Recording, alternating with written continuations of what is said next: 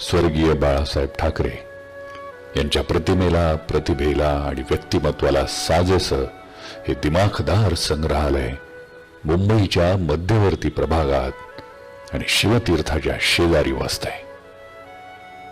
प्रवेशद्वारात असलेला देखणा स्वागत कक्ष आपल्याला प्रसन्न वदने स्वागत करत, तमाम बंधू भगिनी आणि मातांनो अशा आपुलकीच्या हाकेची आठवण करून दिल्याशिवाय राहणार नाही. आत प्रवेशल्यानंतर भव्य दिव्य आणि प्रसन्न वास्तूचा परिसर आणि अंगणात असलेलं कुंड सदृश्य नितळ शांत पाण्याचं चौसोपी जलाशय लक्ष वेधून घेतं आणि शरीराची व मनाची प्रसन्नता वाढवतं.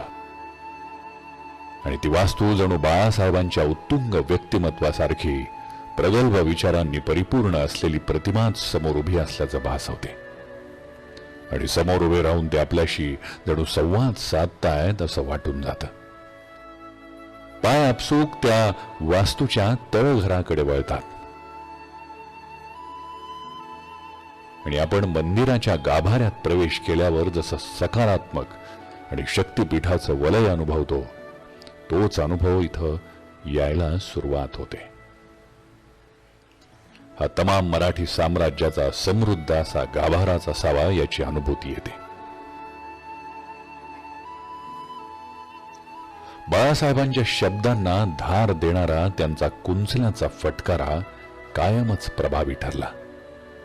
आणि प्री प्रेस मध्ये काम करणारे कार्टुनिस्ट वाईट प्रवृत्तींचा कर्दन काय ठरले, तेच बाळासाहेब त्यांच्या विविध छटांमधून आपल्याला इथं दिसणार आहेत. जुन्या मात्र चिरतरुण तसबिरीतून बाळासाहेबांच्या झंझावाती प्रवासाची इथली दालनं साक्ष देतील.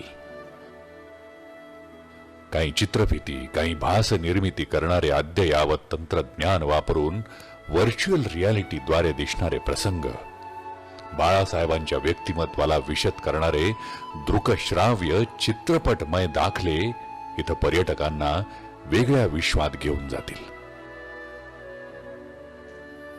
आणि मागील बाजूस भव्य सागरी किनाराची गाज या संग्रहालयाची भव्यता विशद करेल.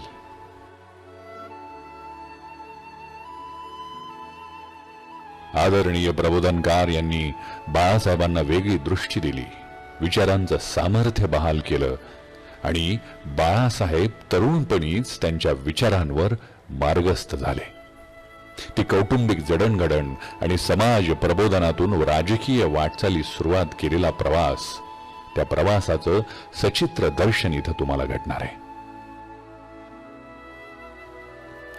याच काळात प्रबोधनकारांनी बाळासाहेबांना संघटनेचं नाव बहाल केलं, अर्थात शिवसेना. महाराष्ट्राच्या जडणघडणीत बाळासाहेबांचं आणि शिवसेनेचं योगदान स्वतंत्र ठसा उमटवणार आहे. मराठी माणसाच्या मूलभूत हक्कासाठी बाळासाहेबांनी जंग पछाडला, आपला आवाज उठवला आणि तो आवाज पाहता पाहता लोकप्रिय आणि घराघरातला आवडता आवाज ठरला. त्यांची जडणघडण आणि राजकीय पातळीवरचं ठळक महत्व याची देही याची डोळा तुम्हाला या दालनात अनुभवायला मिळतं.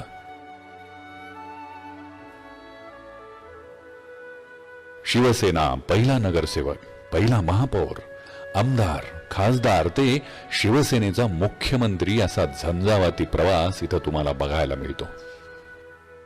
या सगळ्या प्रवासात या शहराची, राज्याची, देशाची भरभराट व्हावी, गरजूंना न्याय मिळवून द्यावा, गुन्हेगारांना वचक बसावा आणि कला, संस्कृती, साहित्य व लोकहिताचं कार्य सफल व्हावं असं आयुष्याचं ध्येय ठेवून जगणारा हा सम्राट करोडोंच्या हृदयात साठवला जातो, तेव्हाच त्या व्यक्तिमत्वाला हिंदू हृदय सम्राट अशी बिरुदावली लाभते.